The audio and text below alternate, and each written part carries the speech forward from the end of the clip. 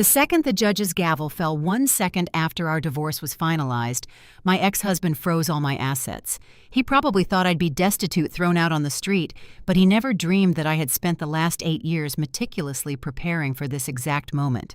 And when the whole truth comes out, he will be too shocked to speak. If you're curious about my satisfying story of revenge, please subscribe to our Golden Years Happiness channel and give this video a like. Now I'll begin my story. The divorce decree felt heavy in my hand. The crisp edge of the paper was a sharp line against my palm.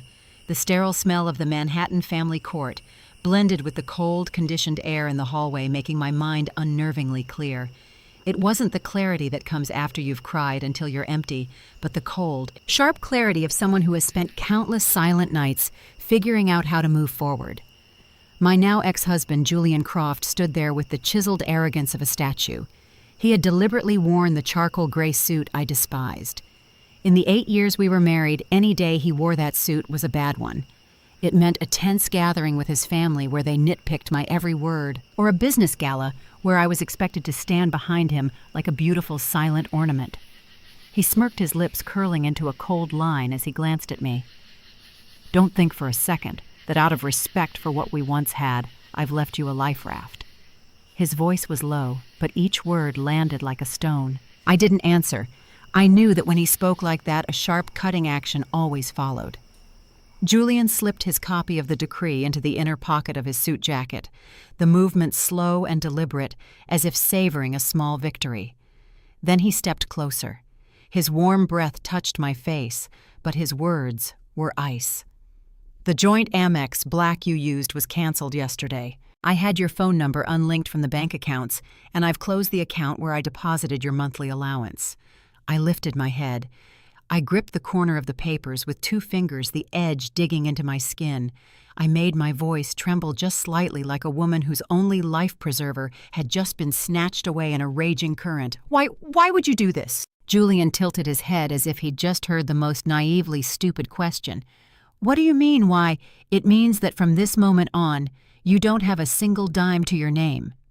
He said it bluntly, without evasion. "I've already had the locks on the Upper East Side townhouse changed. I had the housekeeper pack a few of your things and leave the box with the doorman. Oh, and about your parents out in New Jersey, I hear the bank has been calling them non-stop. Something about that loan they took out 6 months ago to bail out your brother's disastrous tech startup." Each word was not just an attack on me, but a calculated strike at my family's most vulnerable point. My parents were living on a small pension in the house they had spent their lives paying for. My younger brother's startup had imploded, dragging the entire family into a mire of debt. I had been quietly trying to manage the problem for years, not just out of concern for my parents, but because I knew that if Julian ever caught a whiff of my weakness, he would fashion it into a noose and tighten it around my neck. He took a step back and crossed his arms, his gaze raking over my face as if looking at something about to shatter. "I'm just curious. How will you survive without me? Sleep under a bridge? Or maybe you'll all huddle together in that house before it goes into foreclosure? Go on. Beg me." He leaned in. "Kneel. Maybe I'll feel a moment of weakness and toss you a few bucks for a room in a flophouse." A few people walking by glanced in our direction. Their passing stares stopped pricking us like needles. I lowered my head, my shoulders shaking gently, making it look like I was stifling a sob. I knew Julian savored this feeling of power. He was addicted to watching others shrink at his feet. But he was wrong. I wasn't trembling with despair. I was trembling from the sheer effort of holding back the cold, triumphant laugh rising in my throat. 8 years. For 8 years as his wife, I had learned to stay silent when blamed, to be still when interrupted, and to smile when insulted. Julian thought it was submission. No, it was reconnaissance. I was measuring his every breath, documenting his habits, his weaknesses, and every person who stood in his shadow. I had been patient like someone in a dark tunnel, tapping every single brick to find the way out. I lifted my head, my eyes precisely as moist as I had calculated.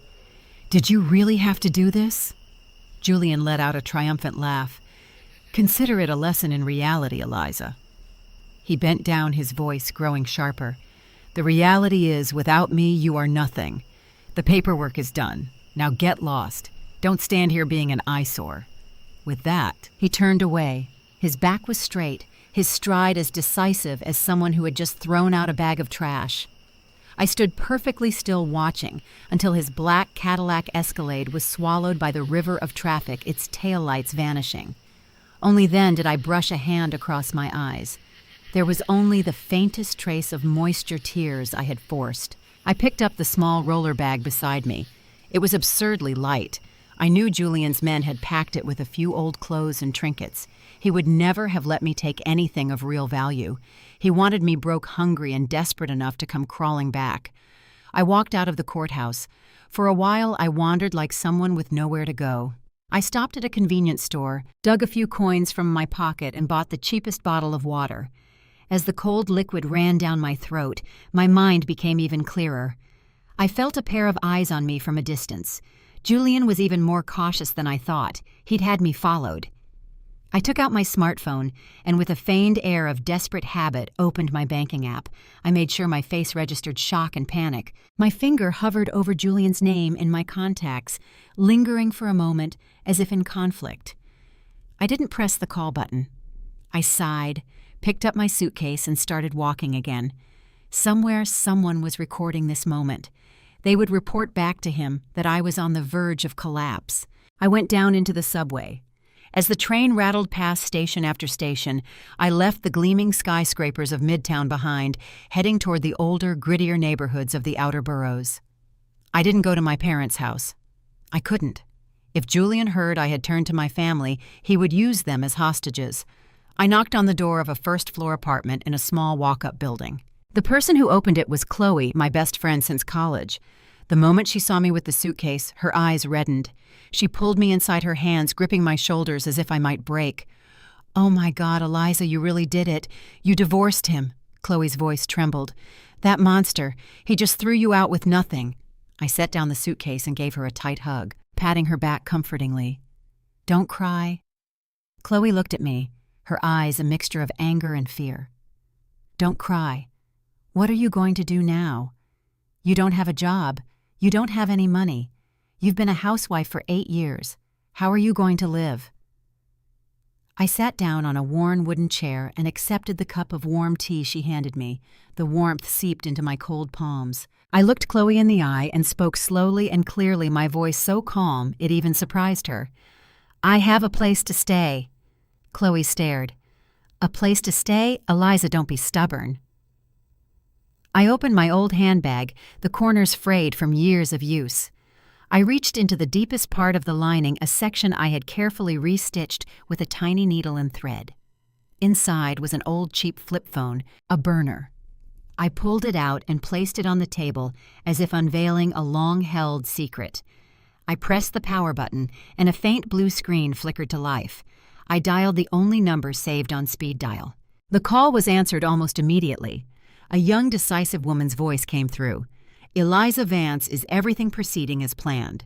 I glanced again at the divorce decree in my hand, then looked toward the door as if I could still see the shadow of the departed Escalade. A smile touched my lips, but there was no warmth in it.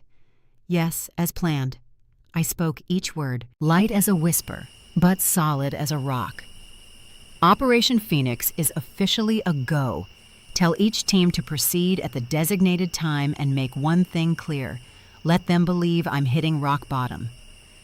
Chloe stood there stunned. She looked at me as if I were a stranger. "Eliza, you?" I ended the call, tucked the burner phone back into its hiding place, and closed the handbag with a definitive snap. I turned to Chloe and gave her the faintest of smiles, just enough for her to understand that this was no longer an ordinary divorce. "Chloe, from now on, don't try to find me unless I contact you first. Don't tell anyone you saw me, especially not my parents, and definitely not anyone from Julian Croft's family." Chloe's mouth fell open, her eyes welling with tears. "I'm scared for you." And I nodded. "I'm scared too, but being scared won't stop me." I stood up and picked up the Featherlight suitcase. Before leaving, I paused at the door. I felt a cold wind run down my spine, but it wasn't from despair. It was the feeling that the time had finally come. I looked back at Chloe one last time. "Thank you for being here for me," I said. "Now the storm is coming." I stepped outside, disappearing into the noise and exhaust fumes of a late New York afternoon. I deliberately walked down a few alleys with security cameras, letting them record the image of a distraught, recently divorced woman dragging a suitcase. When I was certain no one was following me directly anymore, I stopped in a secluded corner, took out the burner phone, and sent a short text. Target activated. Maintain poverty persona. Maximize realism. Apply psychological pressure. Do not expose the plan. I put the phone away and took a deep breath. Julian Croft wanted to see how I would survive without money. Fine, I would show him. But by the time he realized what was happening, he would be the one with no way out. I didn't go to the safe house apartment I had prepared that night. If Julian already had people watching me, I had to give him exactly what he wanted to see: the image of a woman fresh from a divorce with no money or support, struggling to find a foothold.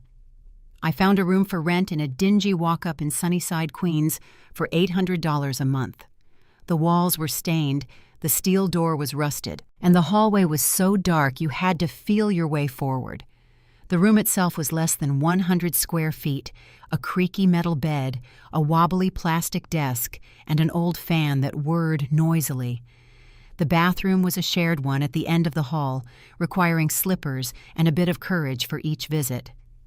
I set down my suitcase and looked around. The dampness of the space made my skin crawl. But I calmly made the bed wipe down the desk and opened the window for ventilation. I knew that somewhere a lens was recording this scene. A woman who had lost everything but was still trying to maintain a shred of cleanliness. In their eyes, it would look like meaningless pride. In my eyes, it was part of the plan. Every action had to be natural and convincing enough. The next day, I dressed in a faded t-shirt and old jeans, my hair tied back in a low ponytail, no makeup. I went to a small mental health clinic in Midtown. At the reception desk, I spoke with a slightly hoarse voice and an anxious gaze. I have an appointment. My name is Eliza Vance. I sat across from a therapist named Hannah. I told her a carefully edited version of the truth. 8 years of financial control neglect, severed relationships, a loss of confidence, a loss of direction. I wasn't lying, not completely. I just wasn't telling her everything. Hannah listened and took notes. Do you feel like you've lost faith in yourself? I looked down at my hands and nodded slightly. Yes. My voice was barely a whisper. The session lasted an hour. When I left the clinic, I had a letter confirming that I was receiving psychological counseling. That piece of paper would serve as an excellent cover and shield for the 8-year gap in my resume.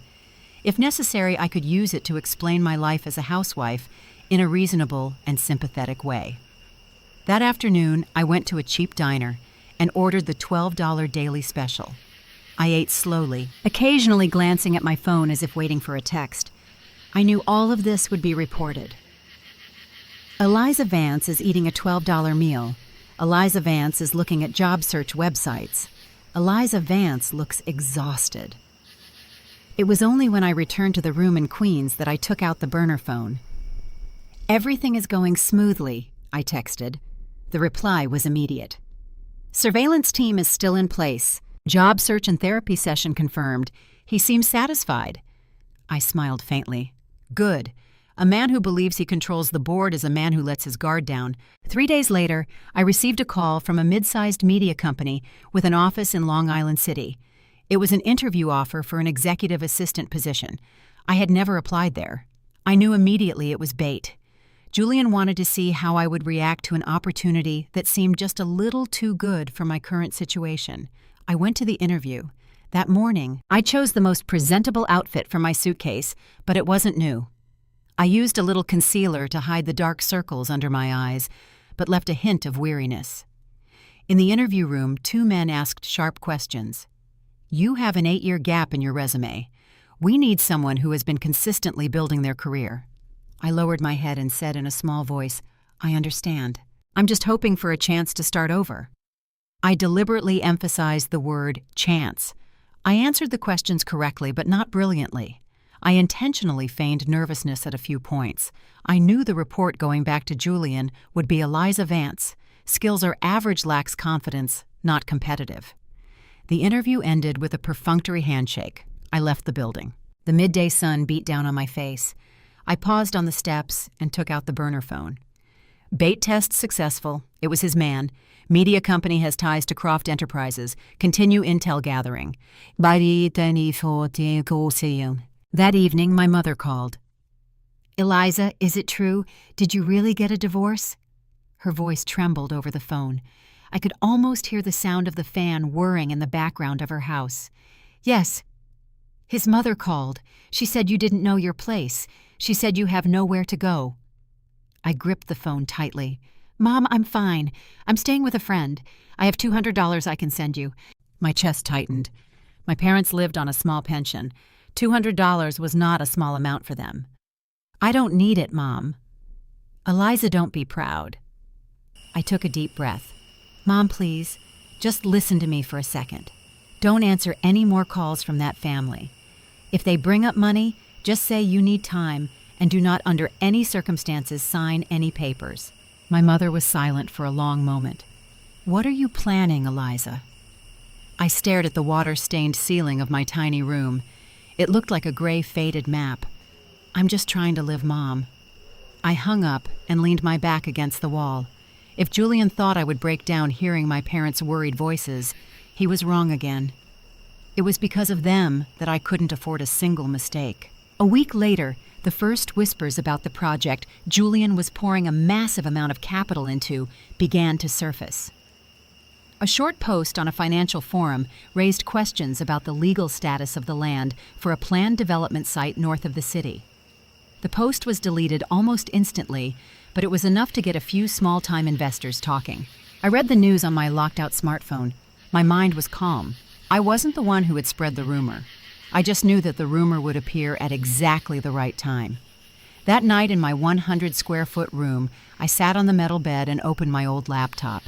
The faint blue light illuminated my face. I double-checked all the connections, the flow of funds, the contracts, the middlemen. Everything was in place, like chess pieces, waiting for a light touch. I didn't sleep much, but I wasn't tired. The next morning I went to a local market and bought vegetables that were on sale. I deliberately haggled over a few cents, my voice a little louder than usual. The vendor laughed sympathetically. I let them pity me. Pity is the best camouflage. In the afternoon, I accidentally ran into Julian's mother, Eleanor, outside a high-end department store on Madison Avenue. She was walking out with her friends dressed in a stunning designer dress, her hair perfectly coiffed. When she saw me carrying a cheap grocery bag, she stopped. Her eyes slid down my body from head to toe. My, if it isn't Eliza. Her voice was a sharp high note. What is my former daughter-in-law doing here? Her friends whispered among themselves. I bowed my head and said nothing. I hear you were thrown out of the house. I didn't answer.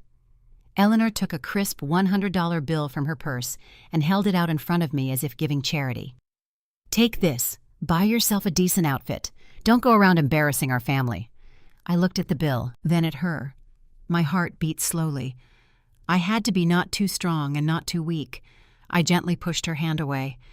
Thank you for the thought, but I can't accept it. My voice was quiet but clear. I don't need your money anymore. The air around us froze for a few seconds. Eleanor faltered for a moment, a flash of anger on her face. I bowed my head in a gesture of farewell and walked away. I knew this scene would be recounted to Julian over dinner. He would think I was being foolishly proud. He would be even more convinced that I was in a position of weakness with nothing left but a fragile ego. And that was exactly what I wanted him to believe. That night I received a text. He was informed about the incident at the department store. He was amused. I put down my phone and looked out the narrow window where a streetlight cast a yellow stripe on the wall. Amused. Good. Just a little longer. I lay down on the metal bed, my eyes open in the dark. My performance of poverty had just begun, and when the curtain fell, I would not be the one left with nothing. After the encounter with Eleanor, everything proceeded as I had predicted. For 3 consecutive days, the person watching me changed, but the method remained the same. A gray motorcycle always parked about 20 yards from my building. The man, his helmet pulled down low, would pretend to read the news on his phone. I never looked directly at him. I just walked past my back, slightly hunched, carrying my grocery bag, my steps, unhurried. I had to make them believe I was just surviving day by day. But while this play was being staged, another current was moving silently beneath the surface.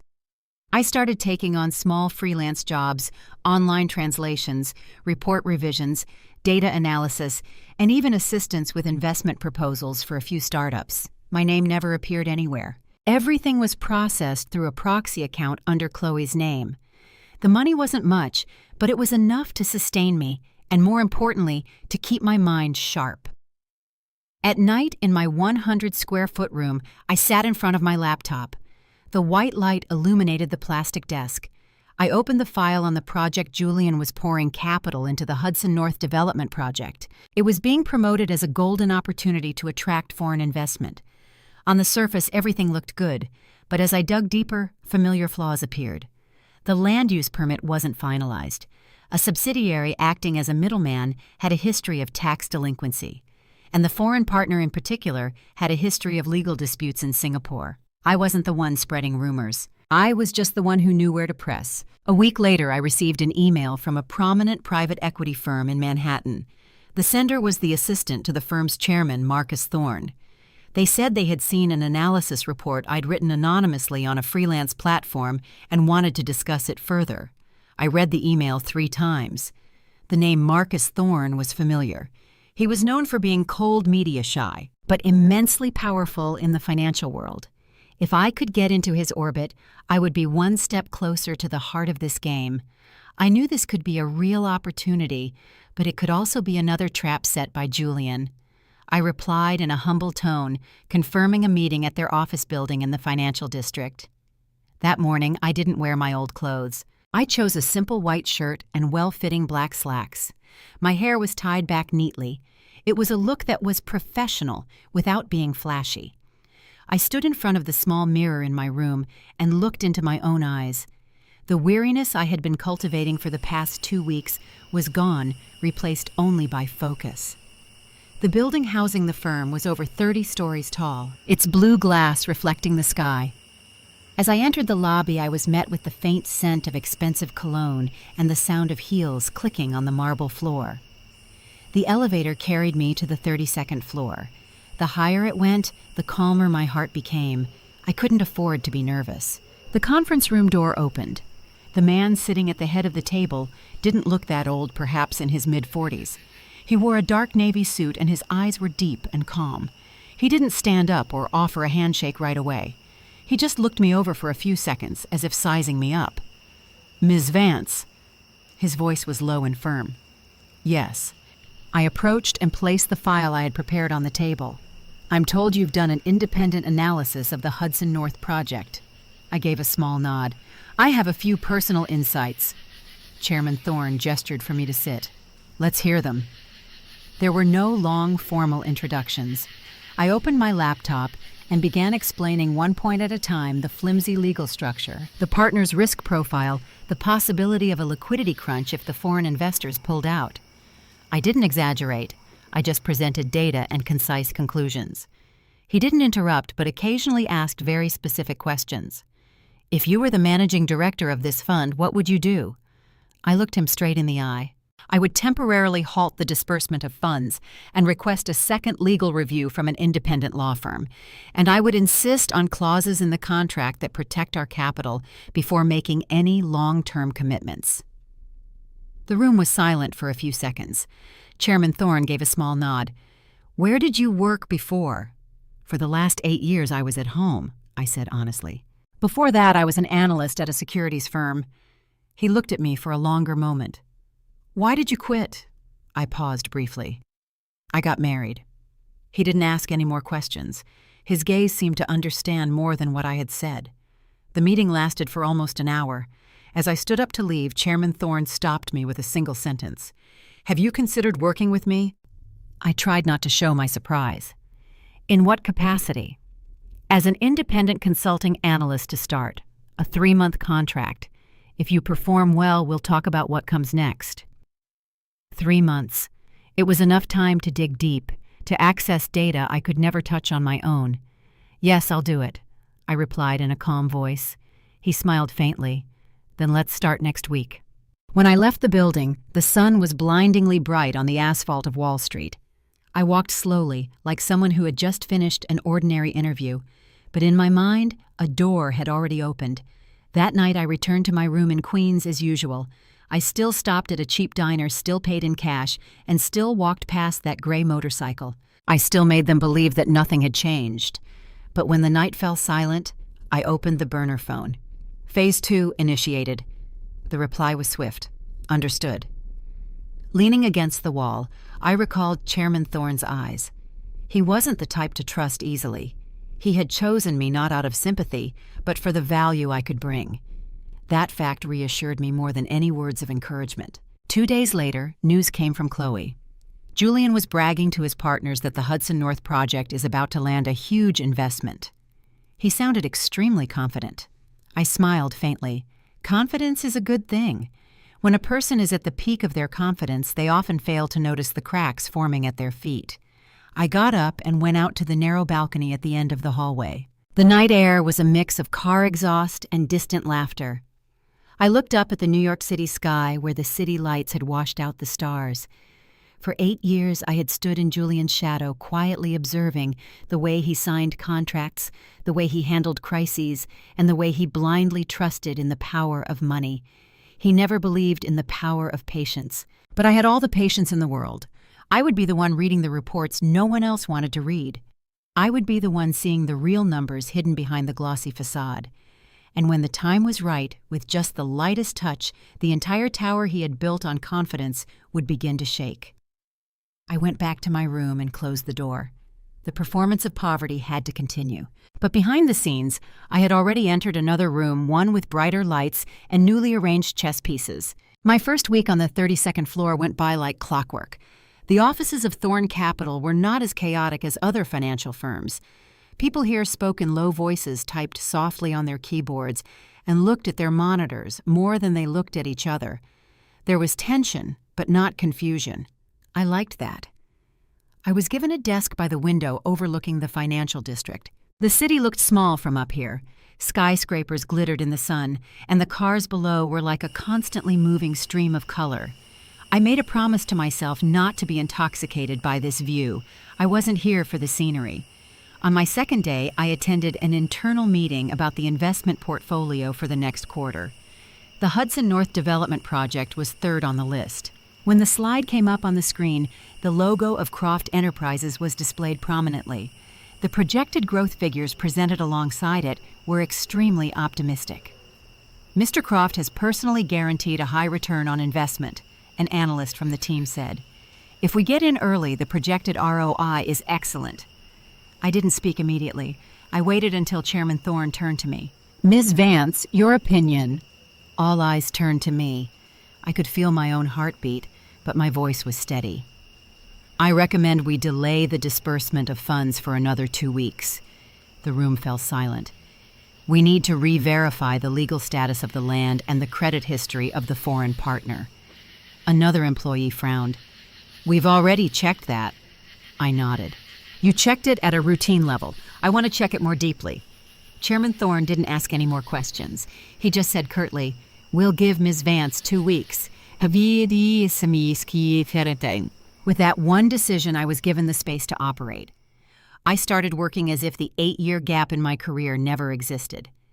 I contacted old colleagues in the legal field and asked them to review the land use permit documents. I reached out to a specialist who had worked in Singapore and asked about the foreign partner firm. I meticulously documented every small piece of information.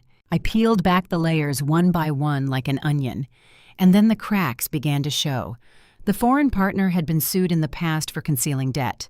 The legal documents for the land showed that the rezoning was not yet complete, yet Croft Enterprises was already promoting it as a done deal. And the subsidiary acting as a middleman had an opaque financial relationship with an individual who had been investigated for tax evasion. I sat in front of my screen looking at the data as it unfolded. There was no sense of triumph, only certainty. Julian wasn't a stupid man. He knew there were risks, but he believed he could control them. He had always believed that. In the evenings, I still returned to my dingy room in Queens. I still ate at the cheap diner and wore my simple clothes. The man watching me was still there. The gray motorcycle parked a few dozen yards away. I let them believe I was working at a small nearby company. I deliberately took a different route back, making them think I had found a temporary, simple office assistant job, but from Monday to Friday, I ascended to the 32nd floor. A week later, a second article about the Hudson North Project appeared on a financial news website. This time, it wasn't an anonymous forum post. The article questioned the transparency of the capital structure. It didn't draw any conclusions. It just left the possibility open. But in the financial world, just leaving a possibility open is enough to make many people wary. That afternoon, as I was reviewing a contract, my phone rang. It was an unknown number. I answered. "Eliza!" It was Julian's voice, sharp and clipped. I paused for a moment before replying. "Yes. I hear you're working again." He couldn't see it, but I was smiling. "A girl's gotta eat." He scoffed. "Where are you working? Some little firm?" "Something like that," I answered briefly. "Are you doing okay?" The question sounded like concern, but it was laced with probing curiosity. "Yes, I'm fine." "Is that all you called to ask?" The line was silent for a few seconds. "Eliza." His voice lowered. "The Hudson North Project. This has nothing to do with you, right?" My heart gave a single thud, but I didn't let it show. "What would it have to do with me?" I laughed lightly. "I'm just worried about making rent on my studio in Queens." Julian hung up without another word. I put the phone down and looked at my laptop screen. He was starting to smell something was wrong. Good, but it wasn't enough yet. 2 days later, I completed my internal report for Chairman Thorne. I laid out each risk clearly and added my recommendations. If our fund delayed the investment, other funds were likely to follow. If the cash flow slowed down, Croft Enterprises would face a liquidity squeeze. Chairman Thorne read the report without showing any emotion. "You realize a lot of people will be unhappy if this report gets out." "I'm aware." "Why are you so invested in this project?" I looked him straight in the eye. "Because I don't like cracks that have been covered over with a glass facade." He looked at me for a longer moment. Perhaps he understood that my answer went beyond just a financial matter. Over the weekend, the fund internally announced that the disbursement for the Hudson North Project was being temporarily put on hold for further review. The news spread quickly through the industry, and several other funds began to adopt a more cautious stance. That night, I got a text from Chloe. Julian blew up in a meeting. He said someone was playing games behind his back. I sat on the metal bed, the yellow light illuminating the stained walls. I imagined his face when he was angry, his brow furrowed, his hands slamming on the table. I had seen him angry many times over the past 8 years, but this was different. This time he didn't know who was pushing him. My phone vibrated again, a text from an unknown number. "What the hell are you doing?" I didn't reply. Another one came through. "Don't think I won't find out." I smiled. When the hunter starts sending texts in the middle of the night, it means he's losing his composure.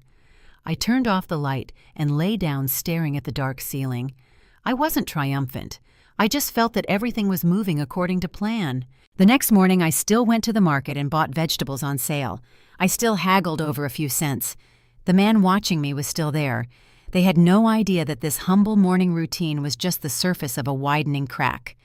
On Sunday afternoon, I received a personal summons from Chairman Thorne, not to the large conference room, but to his private office.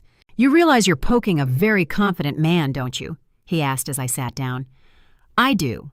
Confidence sometimes goes hand in hand with recklessness, and recklessness goes hand in hand with collapse." He nodded, his gaze growing sharper. "You're not just trying to protect our fund, are you?" I was silent for a moment before answering honestly. "I just hope there are no more victims of that recklessness." He didn't ask any more questions. "I'll be keeping a close eye on this project," he said. "Keep up the good work." As I left the 32nd floor, I knew I had taken another step forward. The crack was already exposed. With just a little more pressure, the glass would shatter. That night, I stood outside my building and looked up at the night sky. Julian had wanted to see how I would survive without money. I would show him. But what he would soon be seeing was not my destitution, but the cracks spreading throughout the empire he had built. I could feel the change in the air from the beginning of the week. On the 32nd floor, meetings grew longer, and emails flew back and forth more frequently. And out there in Julian's world, the signs of trouble were no longer just whispers.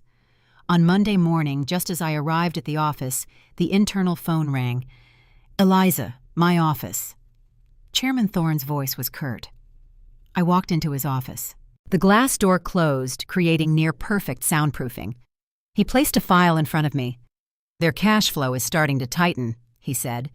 I didn't need him to say the name to know it was Croft Enterprises. 2 of their main banks have requested additional collateral.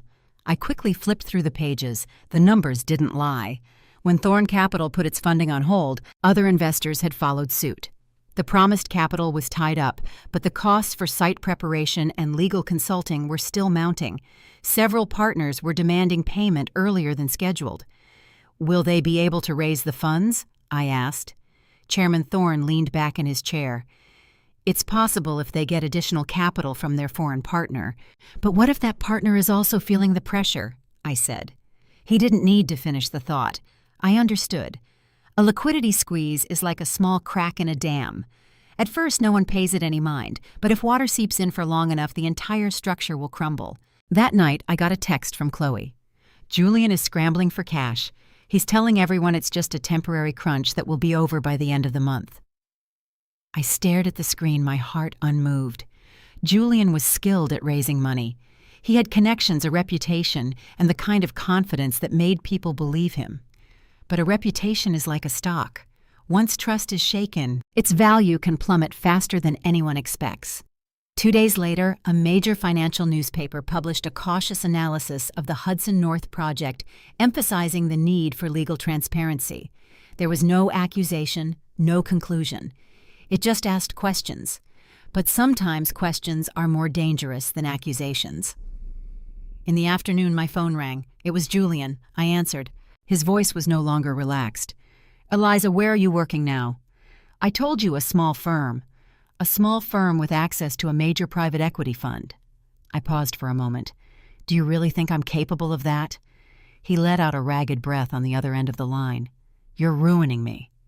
"I'm just worried about making rent," I replied lightly. "How could I possibly ruin you?" The line was silent for a few seconds. Then his voice dropped. "If you need money, I can give it to you." I cut him off. "I don't need it." I could hear him grinding his teeth. "Eliza, don't be foolish." "I'm not being foolish," I said slowly. "I'm just surviving." I hung up before he could say another word. My hand wasn't shaking. I didn't feel victorious or triumphant. I just felt like the gears were turning as they should. That weekend, I was invited to attend a private meeting with 2 banking executives. The topic was reevaluating the risk level of several real estate development projects in the region. The name of Croft Enterprises came up multiple times. One banker said bluntly, "We don't want to tighten the credit line, but if their cash flow doesn't recover in a timely manner, we'll have no choice but to take action." I just listened. I didn't interject. I understood the mechanism. When banks lose trust, they don't need to make a scene.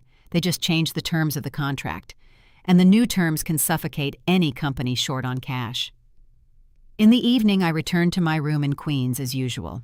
I still turned on the warring fan and washed vegetables in a small plastic basin. The man watching me was still there, but I knew he had heard the rumors too. He probably knew his own employer was in trouble. I opened the burner phone. "Phase 2, sufficient pressure applied. Stand by for contingency plan." The reply came back. "Contact made with independent legal team. Documents related to the subsidiary can be released if necessary." I didn't reply right away. I looked at my shadow cast on the wall by the open window. Releasing the documents meant accelerating the process, but I didn't want everything to collapse too quickly. I wanted Julian to remain confident that he could still raise the funds. When people have hope, they tend to pour more money into a deeper hole. The next morning, I received a direct call from Julian. He suggested we meet at a quiet cafe in Soho. I arrived on time. He was already there. He looked a bit thinner with faint dark circles under his eyes, but his gaze was still sharp. "You look okay," he said, trying to sound nonchalant. "I'm breathing," he scoffed. "Eliza, what do you want?" "I don't want anything from you." Don't play games with me." He leaned forward. "If you're behind all this, stop. I can give you enough money to live comfortably for the rest of your life." I looked down at the black coffee in front of me, then lifted my head. "You told me I was nothing without you." He flinched. "I'm living without you," I continued. "Isn't that enough?" The air between us grew taut like a guitar string. "You think you can beat me?" he asked, his voice low. "I'm not playing a game to win or lose," I replied. "I just don't want to be a chess piece anymore." He was silent. For the first time, I saw not contempt in his eyes, but a flicker of genuine unease. "I'll get through this," he said, as if trying to convince himself. "Good luck." I stood up first. As I left the cafe, I didn't look back. That night, Chloe's texts came in a flurry.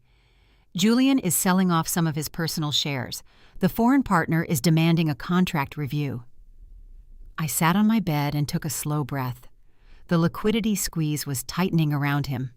I knew this was only the beginning of the storm, and when the real storm hit, it wouldn't be cautious articles or private meetings.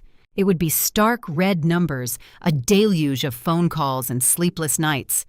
I put down my phone and stared at the stained ceiling. Julian had wanted to see me on my knees begging. Now I didn't want him on his knees. I just wanted him to understand what it feels like to lose control. The official news broke on Tuesday morning. No more cautious analysis or anonymous comments. It was a concise notice from the largest commercial bank financing the Hudson North project. They demanded that Croft Enterprises provide additional collateral within 10 business days. If not, they would adjust the company's credit limit. The news only took up a small corner of the business section. But among investors, it was like a metallic bell ringing in a quiet room. I sat in my 100-square-foot room in Queens and read the news on my phone. Beside me, water was boiling in a small pot. I didn't smile. I just put down my phone, lifted the lid, and added a pinch of salt to the water. My outward appearance still had to be this humble. In the morning, I still walked to the corner and bought a $5 breakfast sandwich. I still paid in cash and still bowed my head to say thank you. The gray motorcycle was still parked a few dozen yards away. The man in the helmet still pretended to look at his phone. I knew he had also read the news this morning. I knew that somewhere Julian was starting to receive uncomfortable phone calls. The atmosphere on the 32nd floor was completely different. It was no longer cautious vigilance, but confident action. Chairman Thorne called an emergency meeting with the analysis team. "The bank has issued a notice," he said curtly. "We are maintaining our decision to hold the disbursement." One of the team members asked, "What if they provide the additional collateral?" I spoke up. "That's a possibility, but if they do, their cost of capital will increase, and an increased cost will put even more pressure on profitability." Chairman Thorne looked at me. "What do you predict their next move will be?" I answered without hesitation. "They'll either sell more of their shares or seek high-interest short-term financing. And if they choose the latter, the interest payments will start eating into their profits before the project is even operational." The room was silent for a few seconds. No one argued. That afternoon, Chloe sent me a stream of texts. "Julian just held a shareholder meeting. He declared that everything is under control. He's meeting with a group of private investors tonight." I read the messages and pieced things together in my head. Julian wasn't the type to show panic in front of others. He would maintain his confident image until the very last moment, but I knew him. When cornered, he had a tendency to accelerate rather than retreat. That night, my phone rang. It was Julian's number. I stared at the screen for a few seconds before answering. "Eliza." His voice wasn't as sharp as before, but it was clear he was still trying to maintain control. "Did you see the news this morning?" "I read the paper." "It's nothing," he said quickly. "Just a procedural issue." I remained silent. "You don't believe me," he said. "It's not my place to believe or disbelieve," I replied calmly. "I'm just a person worried about paying rent." He let out a ragged breath. "Eliza, if you want to come back, I can make a place for you." I paused. Come back and do what? At least you wouldn't be living like this. I looked around the small room, at the damp walls, the whirring fan. "I'm doing just fine," I said slowly, "and I don't want to go back." The line was silent for a few seconds. "You've changed," he said. "Maybe," I replied, "or maybe I'm just not afraid anymore." I hung up before the conversation could drift into unnecessary emotional territory. 2 days later, the second piece of news broke. A major private investor announced they were pulling out of the Hudson North project, citing a portfolio restructuring. The market took it as a sign of lost confidence. In the private equity market, the value of Croft Enterprises shares began to fall. On the 32nd floor, we received an updated report. Chairman Thorne wasn't talkative. He asked me only one question. How long do you think they can hold on? I looked at the cash flow chart and said, without a new source of funding within 2 weeks, they'll have to start selling off assets. He nodded. We won't have to push any further then. I understood what he meant. The natural pressure alone was now sufficient. That night I didn't go straight back to my room. I walked along the riverfront. The yellow streetlights reflected on the calm water. A gentle breeze brushed through my hair. I thought about my 8 years of marriage, the moments I stood behind Julian at contract signing ceremonies, listening to him talk about strategy and ambition. I had believed he was strong. I had thought his confidence was something to lean on, but now I realized it was also his greatest weakness. My phone vibrated. A text from an unknown number. Are you satisfied now? I didn't reply. A second text came through. Don't back me into a corner. I turned off the screen. When an arrogant man starts sending warning texts at night, it means he's feeling the first wound. The next morning, I still got up early and went to the market with my grocery bag. I still haggled over a few cents. The man watching me was still there, but his gaze was no longer indifferent. He was probably worried about his own paycheck now. In the office, I received an email from the independent legal team. They had confirmed another crucial fact. The middleman subsidiary had used a single asset as collateral for 2 different loans. If this information were to be made public, the parent company's creditworthiness would take a severe hit. I read the email and took a deep breath. This was a sharp knife, but I didn't want to use it yet. If the banks just tightened their grip a little more, everything would be revealed on its own. In the afternoon, to my surprise, Julian contacted me again asking for another meeting. This time, it was in his office. I knew it was a reckless move, but I agreed nonetheless.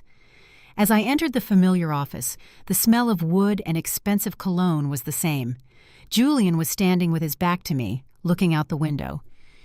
You're here, he said without turning. I don't have much time, I replied. He turned around. His gaze was no longer absolutely sharp. Eliza, stop this. Stop what? He came closer. You know what I'm talking about. I looked him straight in the eye. I haven't done anything. He let out a short, harsh laugh. You think I don't know I was just the person standing behind you, I said slowly. I know where you're strong and where you're weak. The air between us felt heavy. You want me to fall, he said. I want you to understand what it feels like to lose control, I replied. He was silent. For the first time, I saw not confidence in his eyes, but the shadow of real fear. I'll get through this, he said, as if trying to reassure himself. I don't doubt your abilities, I said, but this time, you're not the only one controlling the board. I turned and left the office without waiting for his response. As the elevator doors closed, I looked at my reflection in the metal wall. I didn't see the image of an abandoned woman. I saw a person who had walked out of the darkness on her own. The first wound had been inflicted, and I knew the next ones would not be light. After the meeting in Julian's office, I knew one thing for certain. He no longer saw me as a pitiful ex-wife or a chess piece that could be swayed with a little money. He had started to see me as an official threat. That day his eyes held not just anger, but also caution.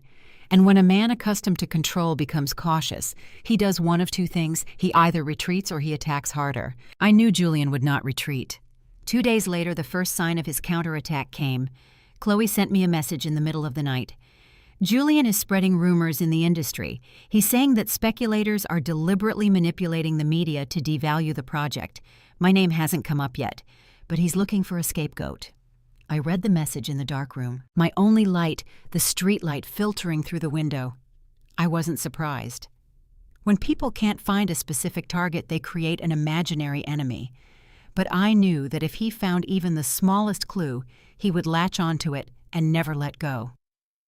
The next morning, when I arrived on the 32nd floor, Chairman Thorne was already aware of the rumor. There's some chatter, he said curtly as I sat down in front of him. Your name hasn't been mentioned, but there's talk that someone who knows the company's internal structure is involved. I looked at him. Are you suspecting me? Chairman Thorne looked me straight in the eye. I'm only interested in the data. He placed a hand on a stack of documents. And the data says you weren't wrong. I gave a small nod. That was what I needed. Not blind trust, but trust based on the value I had created. but at the same time I understood that the game was changing. If Julian felt cornered, he might use tactics I hadn't anticipated. That afternoon, my mother called, her voice more shaky than usual. "Eliza, his parents just left." I shot up from my chair. "What did they do?" "They said you're deliberately trying to ruin Julian's business. They said if you don't stop, they'll sue you." I gripped the phone tightly. "You didn't sign anything, did you?" "No." My mother's voice cracked. "But I was scared." I closed my eyes for a moment. This was what I had expected. When he couldn't touch me directly, he would try to get to my family. "Mom, listen to me," I said slowly and clearly, one word at a time. "No one can sue you for this. If they come back, call the local police. Don't say another word to them." My mother was silent for a few seconds. "What in the world are you involved in, Eliza?" I took a deep breath. "I'm protecting myself." I hung up. My heart was still pounding.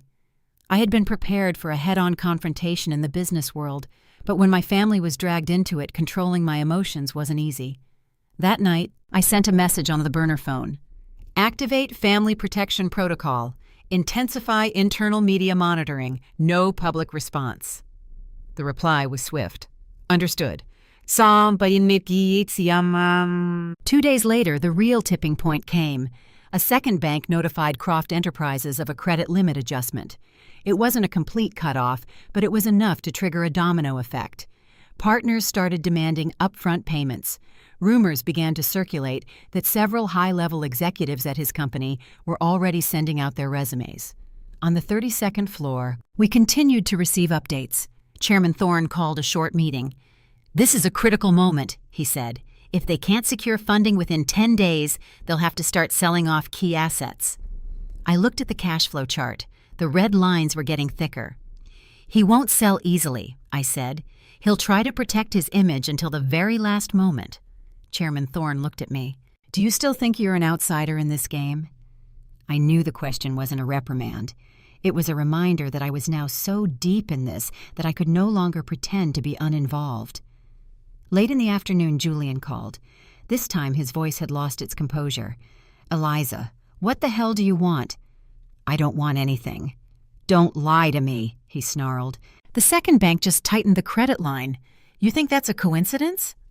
I was silent for a moment. "You told me I was nothing without you," I replied.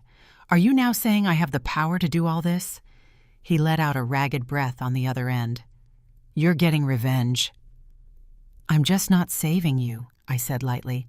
"There's a difference." A few seconds of silence followed. "Eliza." His voice dropped. "I could lose everything." "I know the feeling," I replied.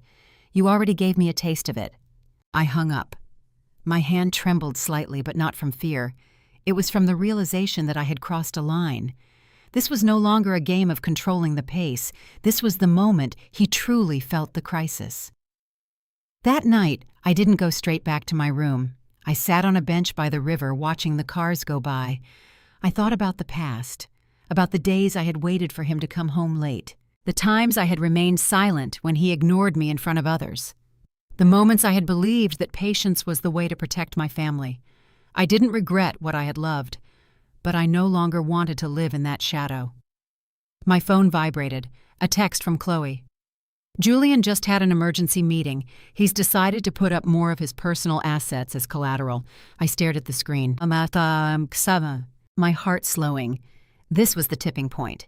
When a person starts using their personal assets to save a corporation, it means they're pouring in almost everything they have. I replied with a single line. "Maintain silence." The next morning, the market reacted even faster than I had expected. The rumor about the personal assets being used as collateral spread. No one confirmed it, but it was enough to keep the value of the company's shares falling. On the 32nd floor, Chairman Thorne looked at me after receiving the report. "Do you have any regrets?" he asked.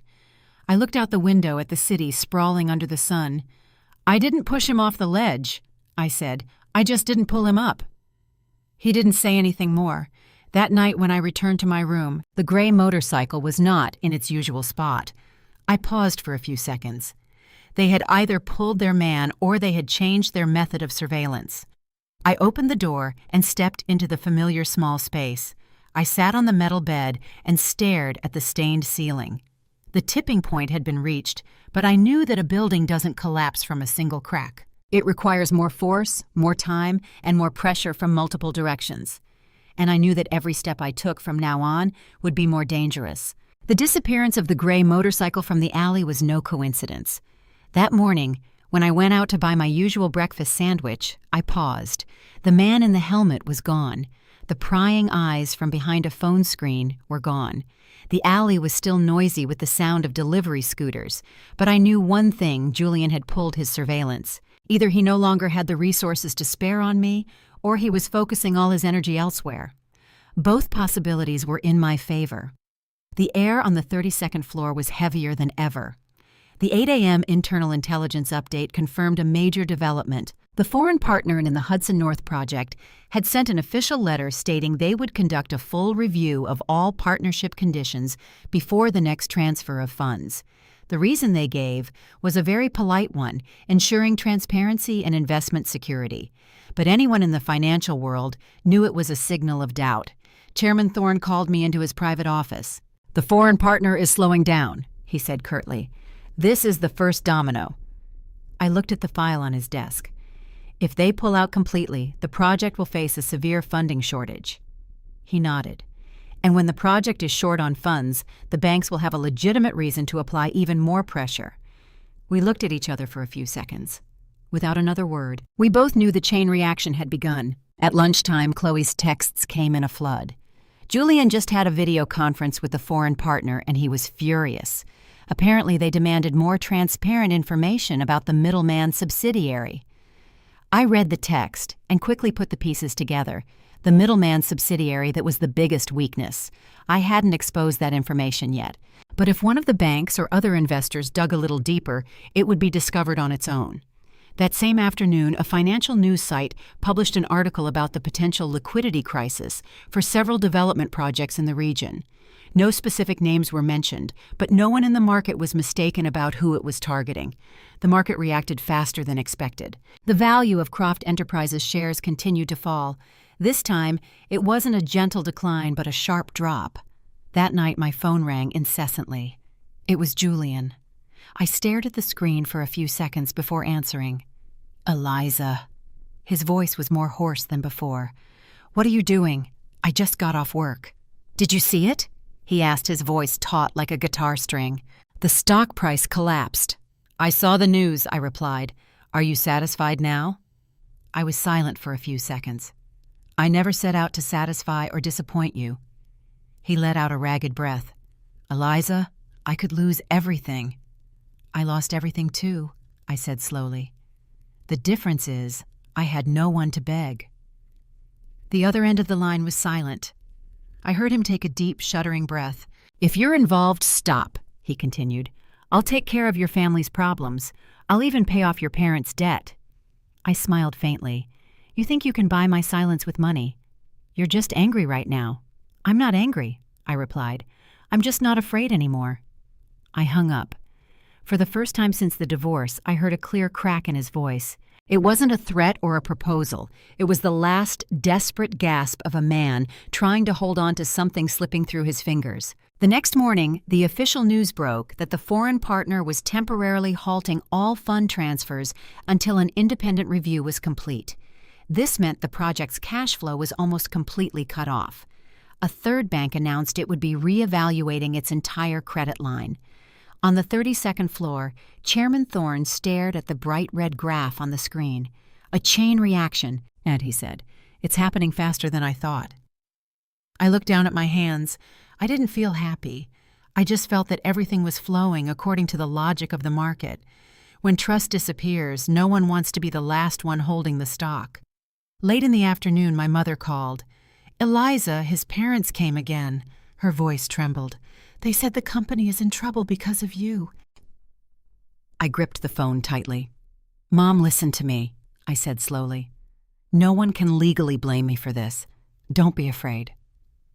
"But they said if the company goes bankrupt, our house won't be safe either." I took a deep breath. "That's just to scare you and put pressure on me. Trust me." My mother was silent for a few seconds. "I trust you." I hung up, my heart heavier than ever. I knew that as things got more desperate, Julian would try to apply psychological pressure. But this time, I wasn't alone. That night, I sent a message on the burner phone. "Prepare to release information on the middleman subsidiary if necessary. Hold for now." The reply came back. "Ready." I stood by the window of my room, looking at the distant lights. I remembered the days I had stood by the window of our townhouse, waiting for Julian to return from meetings. Back then, I believed that his success was our family's success. I never dreamed that one day I would be the one witnessing that success begin to crumble. The next morning, the real fall began. A major shareholder announced they were selling their entire stake in Croft Enterprises. The news spread like wildfire, and the stock price continued its free fall. Financial forums began to openly mention the Hudson North Project by name. My phone rang. It wasn't Julian, but Chairman Thorne. "Come up to my office." I walked in. He was standing by the window. "This is the decisive moment," he said. "If the information about the middleman subsidiary gets out, it will be the final blow." I looked at him. "What do you want me to do?" "I want you to consider," he replied, "that sometimes a building will collapse on its own without another push." I was silent. I knew he wasn't just talking about profits. He was asking me if I was going to cross that final line. That night, Julian called again. This time, he didn't beat around the bush. "Eliza, I want to talk in person. We have nothing more to talk about. You're backing me into a corner." His voice was hoarse. "Do you want to see me go bankrupt?" I looked at my reflection in the mirror. "I want you to understand that no one is above the laws of the market. You think this is fair. I'm just not saving you," I said again. "There's a difference." The line went quiet. The chain reaction had already started, and I knew that whether I pushed further or not, the game had already entered an irreversible stage. That morning, the sky over New York was gray, as if the entire city was holding its breath before a great storm. As I stepped onto the 32nd floor, I could feel a different kind of urgency. No one was speaking loudly, but phones were ringing off the hook and update emails were pouring in. The market ticker on the large screen in the workspace was blinking a familiar red.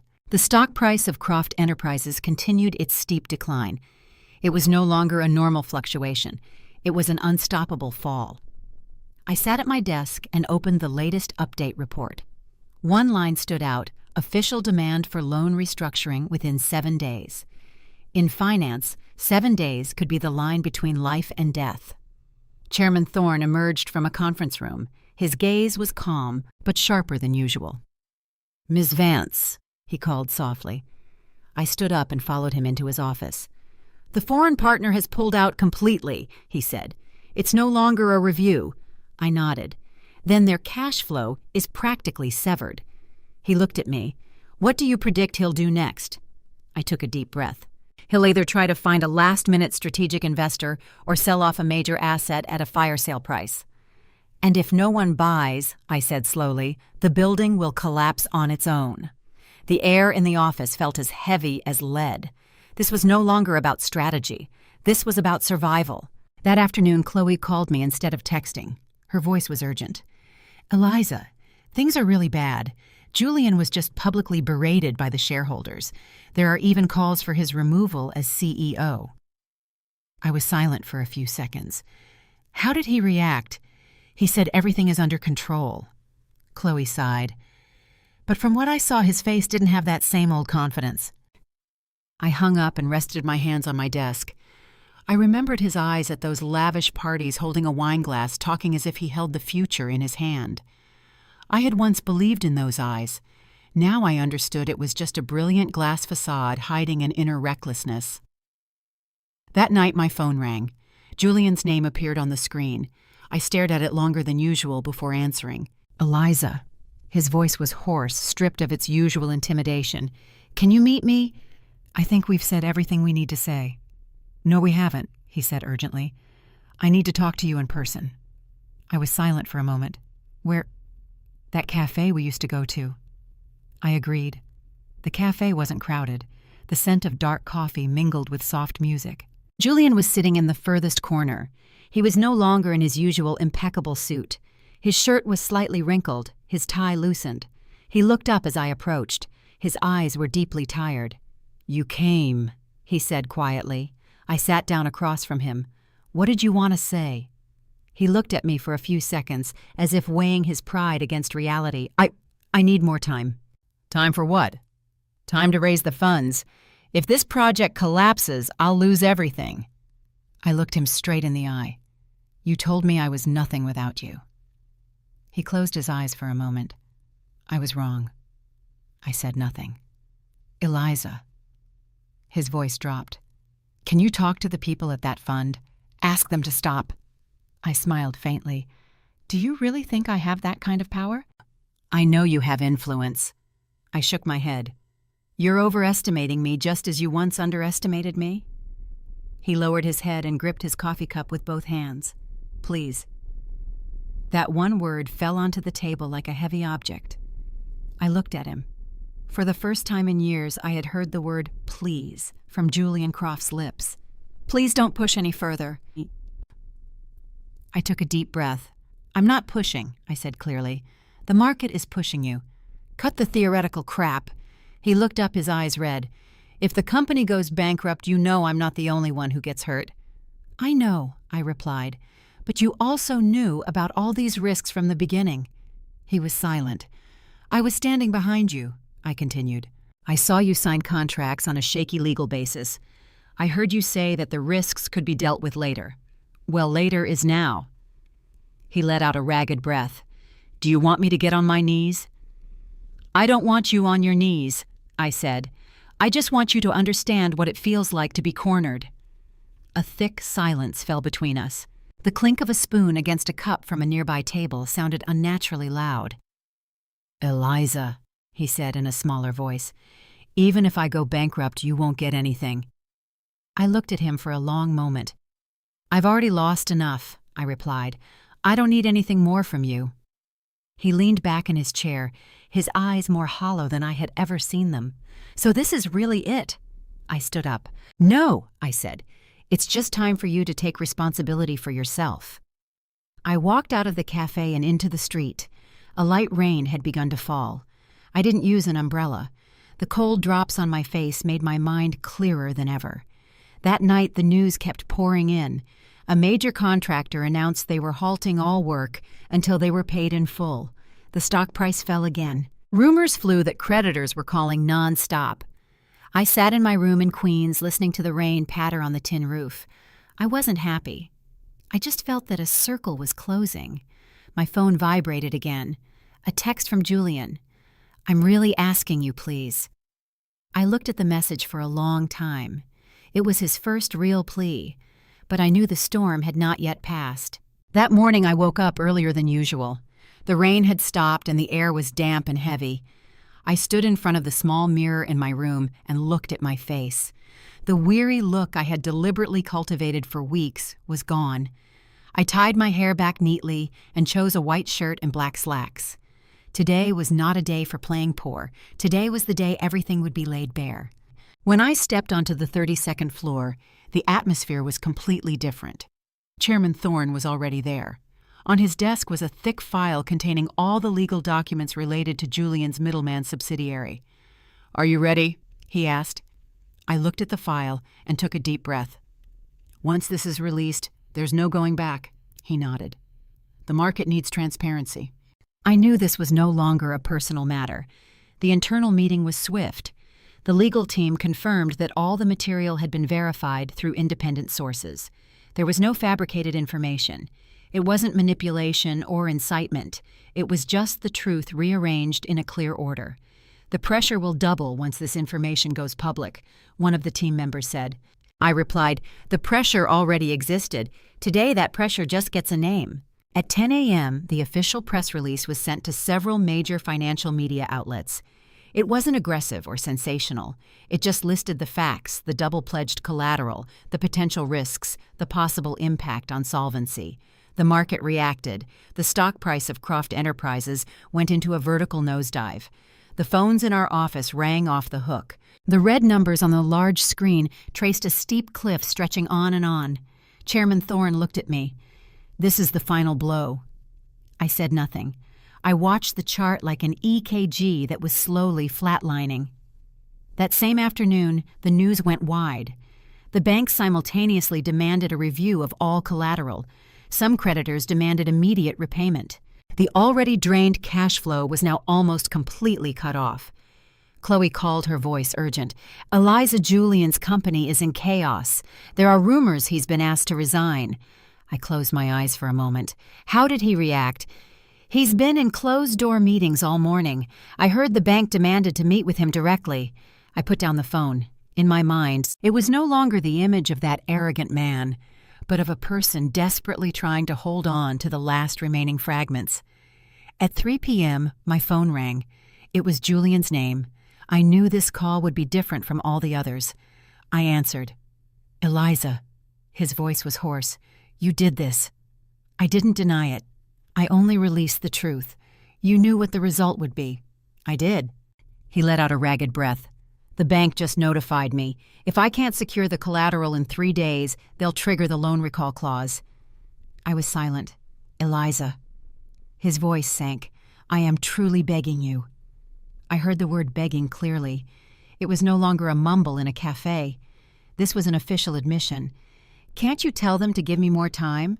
"I can't control them," I said slowly. "You should have controlled yourself." "I was wrong." His voice cracked. "I was too confident." I looked out the office window at the city moving on as usual. "You said you wanted to see how I would survive with nothing," I reminded him. "Now you're feeling it." Only the sound of his ragged breathing came from the other end. "Eliza, I can't handle this." I closed my eyes. A part of me remembered the early days of our marriage when we had talked about the future together, but that memory wasn't enough to change the present. "I didn't bankrupt you," I said clearly. "You chose this path for yourself." I hung up. In the evening, the bank's official notification was made public. If a plan for additional collateral was not presented within 3 days, the loan would be classified as non-performing and dealt with according to the contract. It was practically a death sentence. I sat in my small room in Queens watching my phone screen light up incessantly.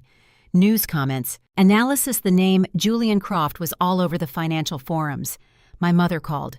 "Eliza, this has gotten so big. Are you okay?" I smiled lightly. "I'm fine, Mom." My mother was silent for a few seconds before saying quietly, "I don't blame you." I gripped the phone tightly. I just wanted us to stop being afraid. I hung up and stared at the ceiling. The day of revelation was over. The board was no longer hidden. Somewhere in this city, Julian was sitting amidst a storm of phone calls, payment demands, and suspicious glances. And I was sitting in my 100-square-foot room listening to the whir of a fan. I no longer needed to play poor, but I decided to stay here until everything was well and truly over. The day of revelation had passed, and from now on everything would manifest, not as psychological pressure, but as real-world consequences. The 3 days given by the bank were like a countdown timer hanging over Julian's head. Even if you couldn't see it, everyone could feel its heavy ticking. Time waited for no one. The 3 days were not for salvation, but merely to confirm what was about to happen. On the first of those 3 days, I walked into the 32nd floor with a completely different mindset. I was no longer a person taking careful steps, no longer someone waiting for a reaction. The board had been flipped, and I was just watching to see which piece would fall first. Chairman Thorne was in the conference room. The screen displayed the latest status of Croft Enterprises' cash flow. "They're trying to sell a reserve property in Westchester," he said, "but the asking price is almost 10% below market value." I looked at the chart and said, "When you're desperate for cash, you can't negotiate on price." He nodded. "But the buyer also knows they're desperate." This meant that even if they sold the land, the money would be far from enough to plug the liquidity hole. At lunchtime, Chloe sent a text. "Julian is running around everywhere. He met with 2 major investors this morning. Any hope?" I texted back. "I heard they're demanding a change in management as a condition for investment." "Ma foi, I took a slow breath. A change in management. That meant Julian would lose control of the company that was like his own child. That afternoon, my phone rang. It was Julian. I knew this call would be different, I answered. Eliza. His voice was noticeably tired. I've sold almost all of my personal assets. I was silent. But it's still not enough. I told you, I replied lightly. I'm not the one creating this pressure. Stop with that, he cut me off. I know I was wrong. I know I was too confident. But what I don't understand is if they call in the debt, I'm not the only one who goes down. Hundreds of employees will lose their jobs. His words struck a chord. I had thought about this. I didn't want innocent people to become victims. Do you have a restructuring plan? I asked bluntly. He spoke quickly. I do, but I need more time. Time isn't earned with promises, I replied. You have to prove there's a possibility of recovery. The line was quiet. Can you tell them that I have a clear plan? I took a deep breath. I can't vouch for a plan I haven't seen. I'll send you the proposal, he said hurriedly. I just need you to look at it. I agreed. Not because I wanted to save him, but because I wanted to know if he had truly learned anything from this crisis. That night I received an email. It was a nearly 30-page restructuring plan. I read it line by line in my quiet room. The proposal included cost-cutting measures, the sale of non-core assets, and the appointment of an independent executive to the board. It wasn't a perfect plan, but at least it was no longer empty words. On the second day, I took the plan to Chairman Thorne. He's come up with a plan, I said. He scanned it. It's a long shot, he assessed, but it's not hopeless. I looked at him. If there's a clear roadmap, is there a chance the banks might give him more time? He was silent for a few seconds. It's possible, but they'll demand very strict oversight. That's the price he has to pay. I replied. That same afternoon, news spread that Croft Enterprises was in negotiations with a new investor group on the condition of a management structure change. The stock price stopped falling, but it didn't rise. The market started to wait. That night, Julian called again. Eliza. His voice wasn't as urgent as before. I know you saw the plan. I did. What do you think? I think you finally understood that you can't control everything on your own. He let out a light sigh. I've lost so much.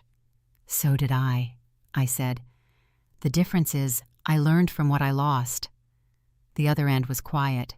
I'm going to accept the management change, he said slowly. I don't have a choice anymore. The third day came faster than I thought.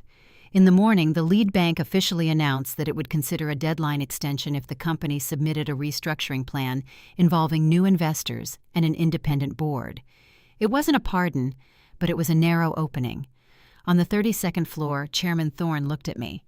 Do you want us to support the extension? I looked out the window at the city under a new sun. If the plan is strictly supervised and completely transparent, I think they should be given a chance. He nodded. This isn't a personal matter anymore. I smiled faintly. No, it's not. That afternoon, Julian sent me a short text. The bank has agreed to review the extension. I read the message, my heart not as heavy as before.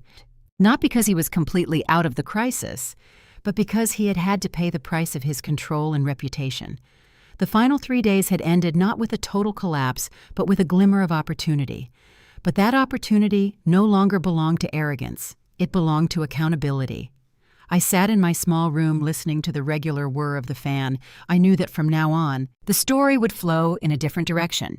It was no longer a war of pressure, but a question of how people stand up again after hitting rock bottom. The standoff ended not with the thunderous crash of a collapse, but with the opening of a door just wide enough for air to get through. Julian's company didn't go bankrupt immediately, but it was no longer the confident empire it once was. The market had seen its cracks. The banks had attached conditions, and the new investors demanded a complete overhaul. From now on, his every step would be monitored. That morning I went to work on the 32nd floor with a strange feeling. It wasn't a sense of victory, nor was it relief. It was just the quiet after a storm has passed. Chairman Thorne was looking at an updated report when I entered his room. The bank has agreed to a 30-day extension, he said, on the condition that an independent board is appointed this week. And I nodded. He'll have to cede control. He looked at me. Do you think he can accept that? I don't think he has a choice anymore, I replied. There was no hint of malice in my voice. It was simply the reality. When you hit rock bottom, you either give up or you accept change. That same afternoon, the official news was released that an interim CEO from outside the company had been appointed. The market reacted cautiously. The stock price stopped falling and fluctuated slightly. No one could say anything for certain, but at least the free fall had been slowed. In the evening, Chloe called. "Julian seems different," she said quietly. "Different how? I've never seen him so quiet." I looked up at the ceiling of my room. The old mold stains were starting to dry out. "Maybe he's learning to listen," I replied, "or maybe he's just exhausted." Chloe sighed. "Eliza, are you okay?" "I'm okay," I said honestly, and for the first time since this all began, I realized I was no longer swayed by his every move. My heart no longer pounded when I heard bad news, and I no longer stayed up all night waiting for updates. I had played my part. The rest was his responsibility. 2 days later, I received an email from Julian. Not a call, not a short text, but a long email. He wrote that he had signed the restructuring agreement, accepted the reduction of his control, and agreed to have an independent oversight committee monitor all cash flows. He didn't blame anyone. He didn't mention my name. He just wrote one sentence at the end: "I understand now what it means to lose control." I read the email in my office amidst the white lights and the rhythmic sound of keyboards. I didn't reply right away. I just let it be like a belated confession. In the afternoon, Chairman Thorne called me into his room. "Do you want to continue monitoring this project?" he asked. "I think my role here is finished," I replied. He looked at me searchingly. "You don't want to see it through to the end?" "I've seen enough," I said slowly. "The rest is a process of recovery, not collapse." He gave a small nod. "You've grown." I smiled. Maybe I'm just not in the dark anymore. That night, I returned to my room earlier than usual. The familiar alley was still bustling. The sound of children playing, the sputter of a scooter, the smell of food from a small restaurant. I stood in front of my door and looked around. This place was once the stage for my performance of poverty. Now it was just a temporary shelter. I sat on the metal bed and opened my old suitcase. It still contained only a few simple clothes, but I knew my life was no longer contained within that bag. My phone rang. It was Julian. I answered. "Eliza." His voice was low, no longer tense. "I just finished signing everything." "I know. I'd like to see you." I was silent for a few seconds. "Why?" "I want to thank you." I frowned slightly. "Thank me for what?" "For not pushing me all the way off the cliff." I let out a light breath. "I didn't save you." "I know," he replied, "but you could have chosen a different path." I looked out the window. The yellow streetlight cast a long shadow on the wall. "What did you learn?" I asked. A few seconds of silence. "That money doesn't always solve everything," he said slowly, "and that not everyone needs me." I didn't reply right away. "That's enough," I finally said. We didn't meet. We didn't need to. That conversation was enough to close a chapter. The next morning, I arrived at the office early. I went out to the balcony on the 32nd floor and looked down at the financial district. The city was as busy as ever. No one knew that an empire had just been on the brink of collapse. No one knew that a woman once considered nothing had been behind the movement. But it no longer mattered. I realized I no longer wanted to define myself by someone else's downfall. I wanted to define myself by the path ahead of me. That night, I packed up my room in Queens. I folded the thin blanket, took down the hangers, and wiped the plastic desk clean. As I watched the room empty out, my heart felt lighter than I had expected. It wasn't just Julian who had changed after hitting rock bottom. I had changed too. I left that building on a clear morning. There were no tears, no dramatic scenes. I just pulled my old suitcase, walked out of the alley, and paused for a moment to look around one last time. This had been the stage for my play, the place that had heard me sigh as I read reports through the night, the place that had witnessed the pressure tightening. But now, it was just a station I had passed through. I didn't return to the old townhouse. I didn't look for a luxurious place. I chose a small, quiet apartment near the city with good lighting, not to prove anything but to remind myself that I could choose where I lived. On the 32nd floor, my role changed as well. The Hudson North Project was no longer the center of my daily life. The new board was in place, cash flow was being strictly monitored, and the market, while not as hot as before, was gradually stabilizing. One afternoon, Chairman Thorne called me into his room. "You've accomplished a great deal," he said. "I don't think of it as a victory," I replied. "You're right," he nodded. "It's about balance." I understood what he meant. In finance, balance is more important than winning or losing. "Have you considered taking a permanent position with the fund?" he continued. I was silent for a few seconds. "I need some time to think," he smiled. "This time the time is yours." With those words, it suddenly hit me. For the first time in years, I was no longer being pushed by my circumstances. I had the right to choose. That night I received a text from Chloe. Julian just held an internal press conference. He admitted to his managerial mistakes. I read the text without any emotional stir. "How did he seem?" I texted back. "Not like before. He's lost a lot of his sharp edge." I put down the phone and looked out from the balcony of my new apartment. The city was unchanged under the lights, but I had changed. 2 days later, Julian sent a short text. "Your family's debt has been fully repaid." I looked at the message for a long time, not because I was moved, but because I understood this was his way of closing a circle. I called him back. "You didn't have to do that." "I needed to." His voice was calm. It wasn't to get something, it was just a responsibility. I took a deep breath. "Thank you." Just those 2 words, nothing more. We didn't speak again. In the office, I started working on a new project, helping smaller companies build sustainable financial structures to avoid the kind of liquidity crisis I had witnessed. I realized I wanted to use this experience to help others avoid falling into a similar vortex. One morning, while giving a presentation to a group from a young startup, I suddenly saw my old self in them people who trusted one individual so much that they forgot about systems and risks. I told them something I had also had to learn at a very high price. Never bet your entire future on a single person, no matter how brilliant they are. Those words weren't just for them. They were for the me of 8 years ago. Over the weekend, I was invited to speak at a major financial conference. My name was on the list of speakers as a risk analysis expert. When I stood on the stage under the white lights, I no longer felt like I was standing in someone's shadow. I was standing on my own, and I wasn't afraid. After the conference, people came up to shake my hand. Among them was a familiar face. It was Julian. He was wearing a simple suit, no longer with any hint of flamboyance. "Hello?" he said. "Hello," I replied. We stood facing each other in the crowd. There was no more tension, no more anger. "I heard your presentation," he said. "It was very clear." "I was just speaking about what I've learned." He nodded. "I'm relearning too."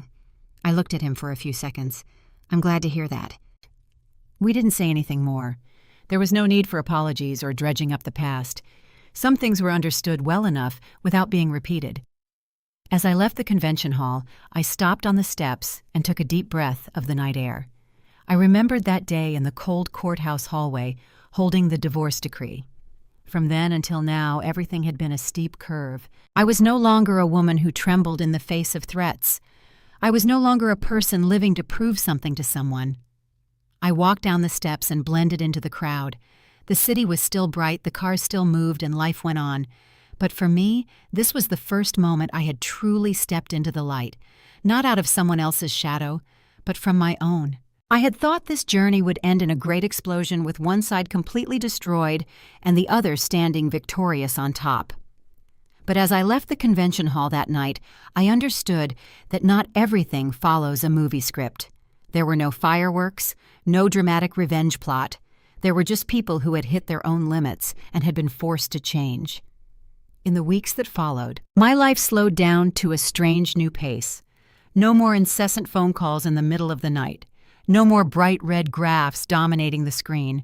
I still worked at the fund, but I was no longer focused on the Hudson North project. I was assigned to lead the risk assessment team for new investments. The job required absolute cool-headedness and objectivity, and for the first time, I found myself doing it calmly without mixing in any personal feelings. One morning, Chairman Thorne came to my desk. "Have you thought about my offer?" he asked. It was about the permanent position. I looked at him and nodded. "Yes, I'll accept," I said. "It's not because of the title or the money. It's because I know I'm ready to stand in that position, no longer in anyone's shadow." Around the same time, the news about Julian's company gradually stabilized. The new management made more cautious decisions. Some projects were scaled back, and some assets were sold to reduce debt pressure. There were no more flashy expansion plans or boastful press conferences. Instead, there was quiet restructuring. Chloe still occasionally gave me updates. "Julian doesn't appear in the media much anymore," she said in one call. "He spends most of his time on internal matters." She couldn't see it, but I nodded. Perhaps he had understood the value of sustainability. Chloe was silent for a few seconds before asking, "Have you ever regretted it even once?" I thought for a long time before answering. "No," I said, "but I'm not proud of it either." But I'm not. That was the truth. I wasn't happy to see the man who was once my husband humbled. But I didn't regret protecting myself and my family. One afternoon, as I was preparing meeting materials, my phone rang. Julian's name appeared on the screen. I stared at it for a few seconds before answering. "Eliza." His voice was calm. "I'd like to have a meal." "Why?" "It's not to apologize or talk business."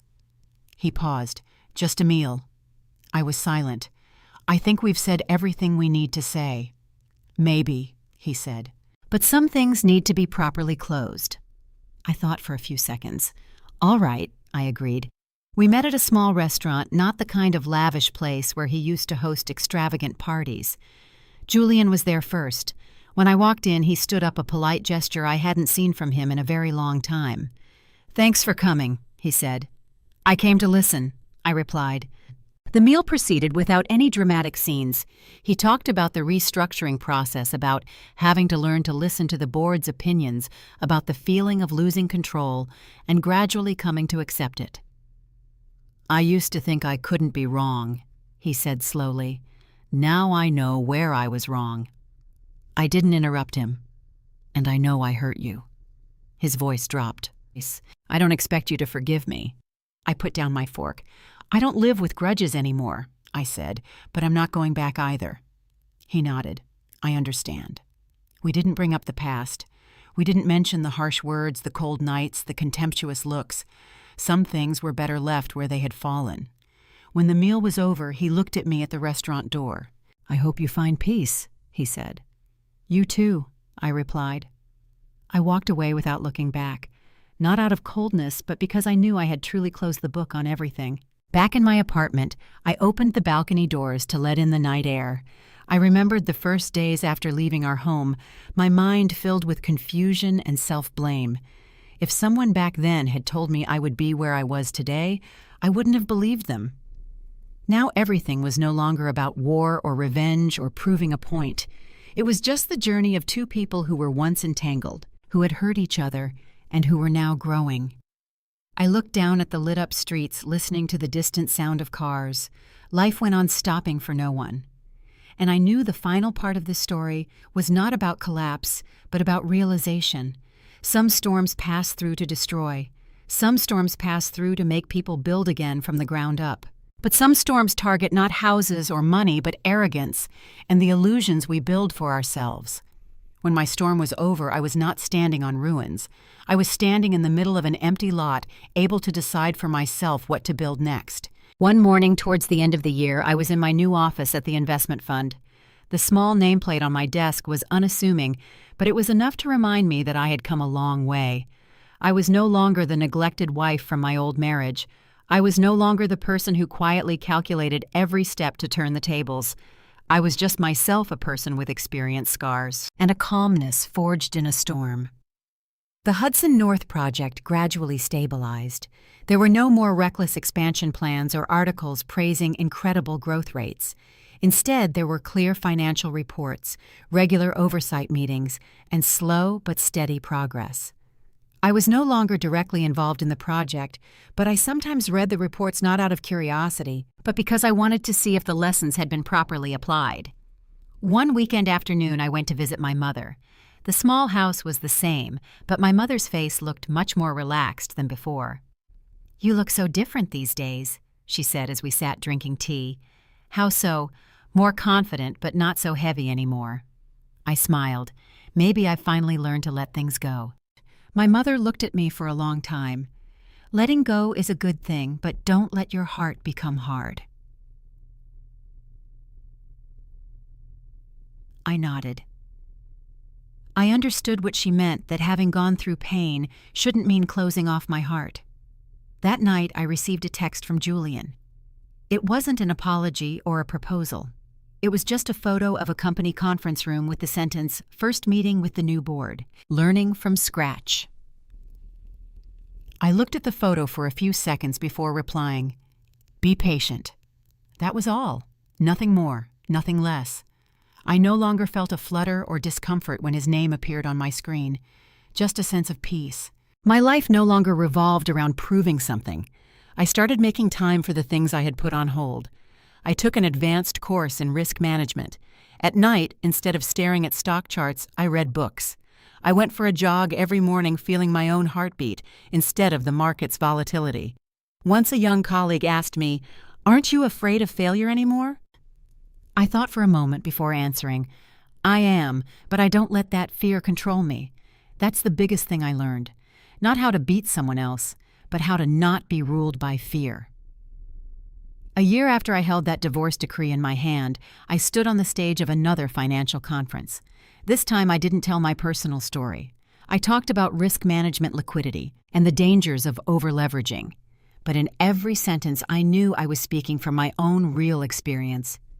When the conference ended, a young woman approached me. "Could you give me one piece of advice?" she asked. "Don't ever let anyone make you believe that your worth depends on them," I replied. She smiled. As I watched her disappear into the crowd, I suddenly saw my own self of 8 years ago in her eyes. That night, I stood on my apartment balcony looking out at the illuminated city. The wind gently brushed through my hair. I thought about the journey I had taken, from a neglected wife to a person who quietly prepared step by step, and a person who was calm enough to know when to stop. I don't regret what I loved. I don't regret that I left, and I don't regret that I did not save him when he had to face the consequences of his own actions. Peace is not when there are no waves. Peace is when the waves have passed and we are still standing firm. And today, I am standing firm. This is a fictional story I created based on emotional fragments of life. I use an AI voice to narrate the story to the audience and help them learn good life lessons through it. The characters in the story do not represent any specific individuals. The lessons that can be learned from this story are as follows. First, never bet all your worth and future on another person, no matter how brilliant they are. Second, in business or marriage, transparency and risk management are more important than blind confidence. Third, when faced with a crisis, look at yourself and accept change rather than blaming others. Fourth, protecting yourself does not mean revenge. Sometimes it's just about no longer shouldering the responsibility for someone else. Fifth, true peace comes when you let go of grudges and move forward with maturity. Thank you for listening to this story to the end. May we all remain vigilant in the face of ambition, strong in the face of storms, and generous enough to move beyond our own scars.